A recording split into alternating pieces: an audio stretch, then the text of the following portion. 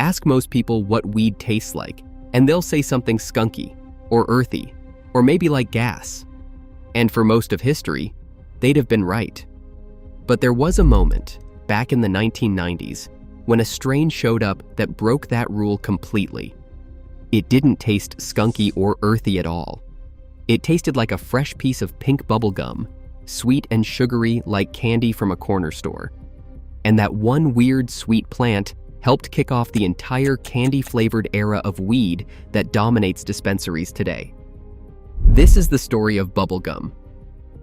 So to understand why this was such a big deal, you first have to picture what weed was like back then. In the 80s and 90s, the famous strains were things like Skunk and Northern Lights and Haze. And they were judged on being potent and pungent. Loud, skunky, gassy, piney smells. That was the whole game. Nobody was really breeding weed to taste sweet. So if somebody told you their weed tasted like bubblegum, you'd probably think they were either lying or extremely lucky. Sweet flavors just weren't part of the conversation.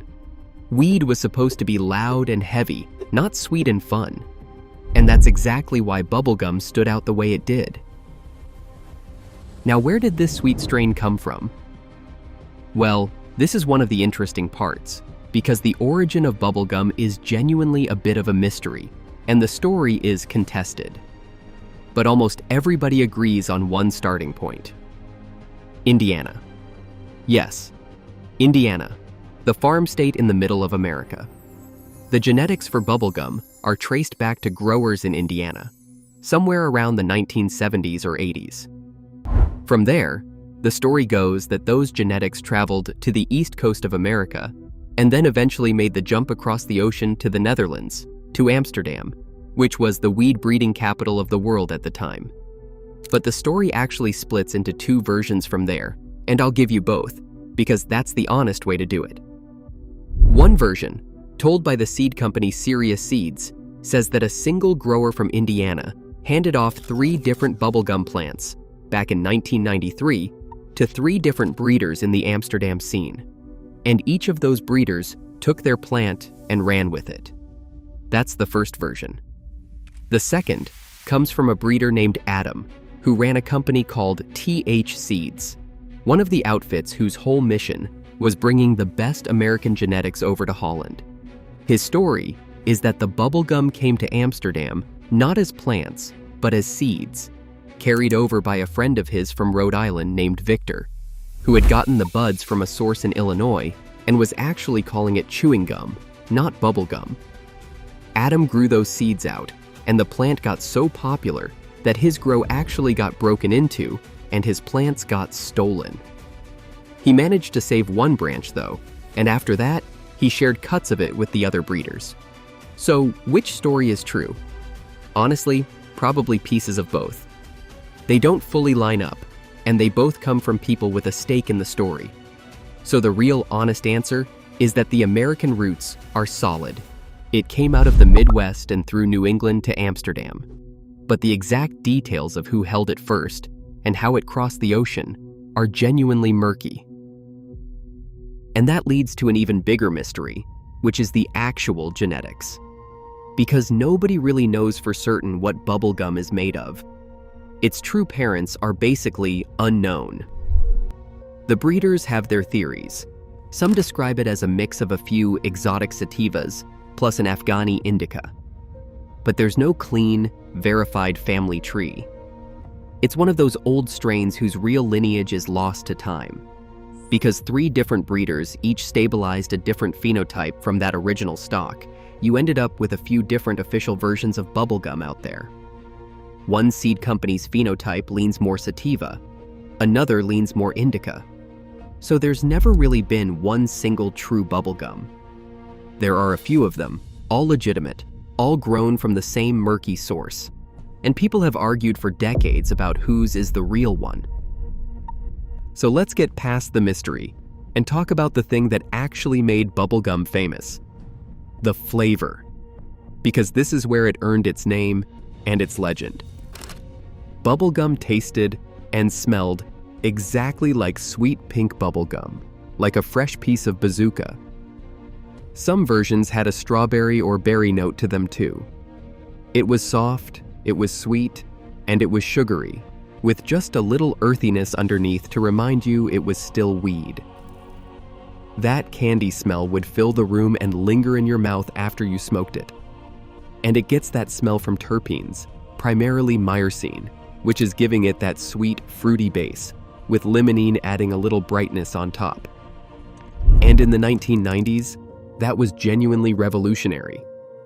Remember, everything else on the menu was skunk and diesel and pine. So then, almost out of nowhere, here comes this weed that tastes like candy you'd buy at a corner store. It stood out immediately. There was nothing else quite like it. People were blown away that weed could even taste that way, because up to that point, sweet just wasn't a flavor people chased in cannabis. You didn't pick your weed by how good it tasted, you picked it by how hard it hit. Bubblegum quietly started to change that. Now, bubblegum is a balanced strain, so the high is a nice middle ground. It's euphoric and happy and social up front, the kind of high that gets you talking and feeling good, and then it eases into a relaxed, mellow body feeling.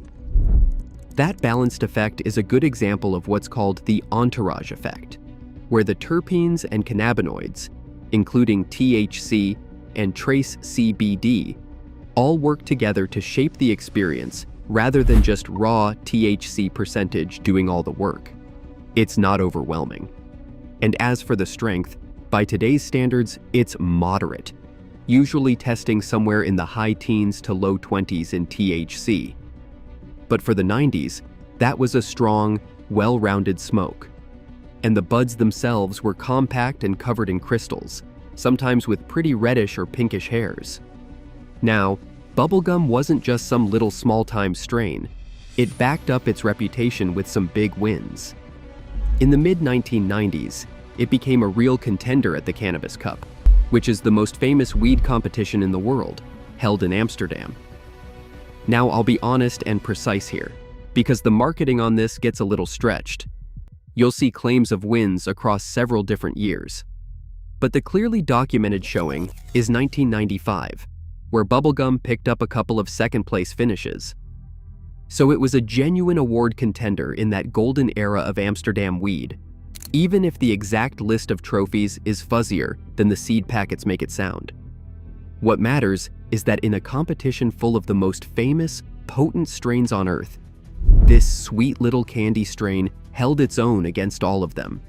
And if you ask me, that's a win. But now we get to the real reason bubblegum matters, the thing that makes it a true pioneer. It's not just that it was a tasty strain in the 1990s, it's what it represented.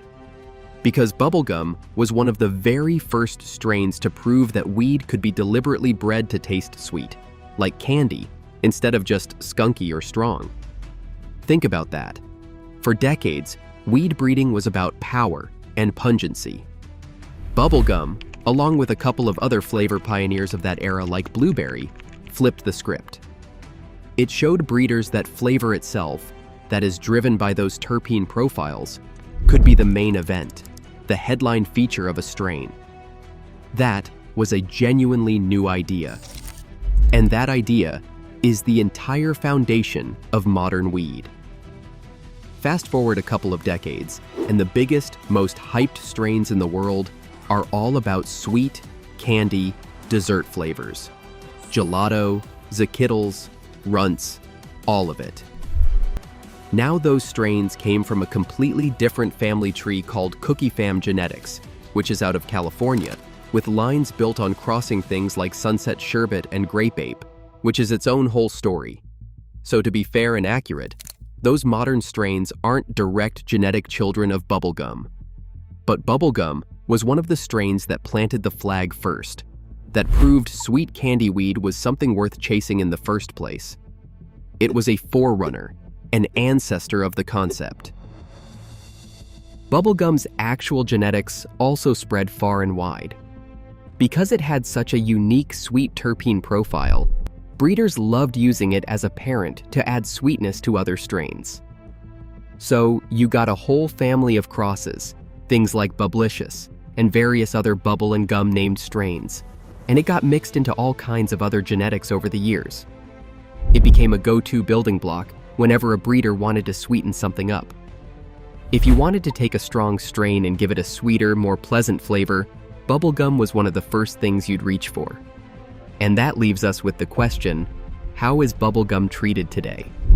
And the honest answer is, it's a respected old-school classic.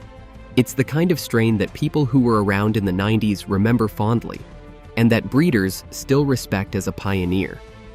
It's still sold by multiple seed companies to this day, decades later, and that original clone-only version still has an almost mythical status among collectors. It never became the single most popular strain on the shelf, but it earned something maybe more important: a place in history.